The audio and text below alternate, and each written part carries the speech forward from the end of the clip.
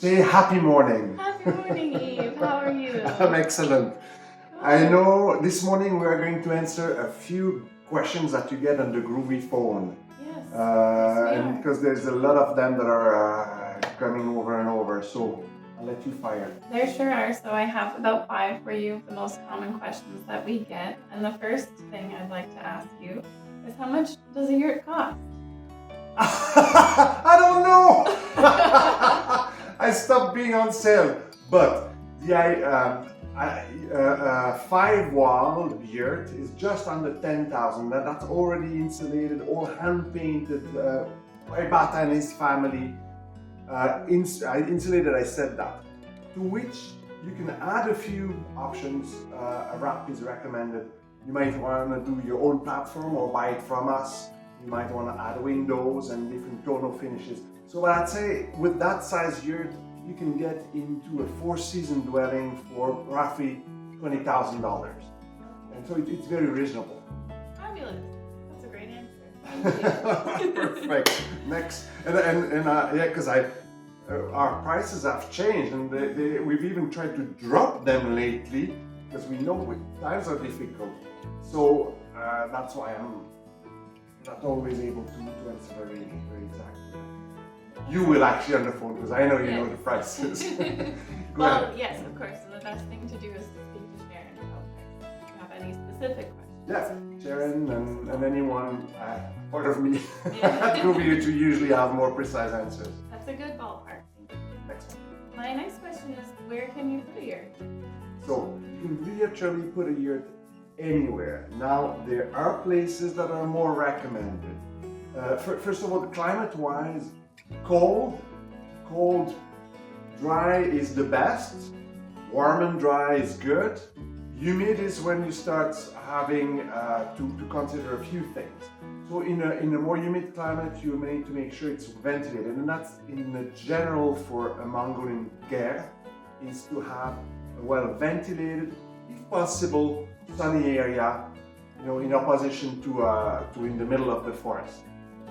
But then it's easy to implement and it's easy to move.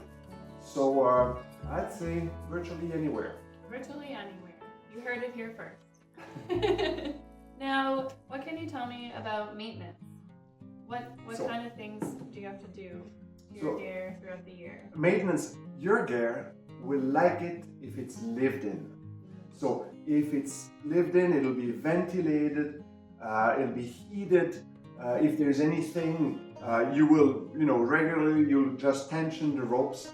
You just make sure that the outside ropes are tight. The rest is not super complicated. Again, there are some precautions to keep in mind, especially in winter or when it's raining. There's a potential for condensations if you're not careful, where humidity will accumulate under the outer canvas and accumulate in the felts. And the felts are phenomenal. They will manage this humidity. They will keep part of the humidity up to 30% of its weight in water and give it back when it's dry. But of course, if you cook water, take showers without ventilating, after a few days or weeks, you might start to see humidity spots, which is not a big issue. So it's being conscious of the structure, and we do, I think, a great deal when we install those yurts, or we sell you a yurt to explain what it is. Other than this, you will probably change the canvas after a few years, but as long as you tighten those ropes, those straps outside, your yurt should be fine. Okay, thank you. And we also have our knowledge base available, which is a good thing to mention for maintenance tips and tricks throughout the year.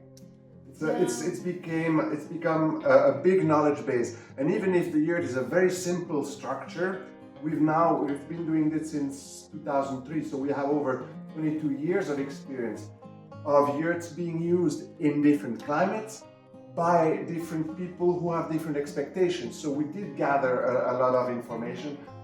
The beauty about it is that it's simple. There's always a solution, and even if you had one day a rodent coming in that happens in a house, it's not as terrible as in a house, because you will have access do that. You lift the cover, you thing, and so easy it is. Perfect. Like to be living. Now, do I have to build a deck or can I put my yurt right on the ground? In Mongolia, nomads usually have their yurts right on the ground, but not only do they live in them, but it's usually quite dry. A deck is definitely recommended. That will add in comfort, that will add for protection against humidity, water coming in. So I recommend a deck. Wood is best. We make our own SIP panel platforms that we sell, but you can make your own fairly easily, and we'll give you indications of what to do.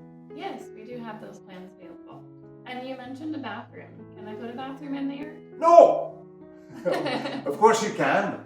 Mongols would never consider doing those things inside their home. But here, of course, we have different expectations, something that they will respect. So it can start with a simple composting toilet. That's what we use here at the farm, the human ear system, extremely simple. And we isolate with a curtain. We have jugs of water here, but I've seen running water, and it's extremely easy to bring water in. You can have the yurts on a septic. I've seen that being done. So anything goes. That's really what floats your boat, what floats your yurt, I guess. Lots of things can be done to make it modern and have the comfort. Yeah. My own recommendation in general is to keep it simple, because it is, after all, it's a tent.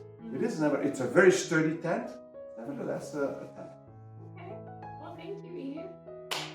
You're welcome. Thank you. Bayadla, they say in Mongolia. Love it.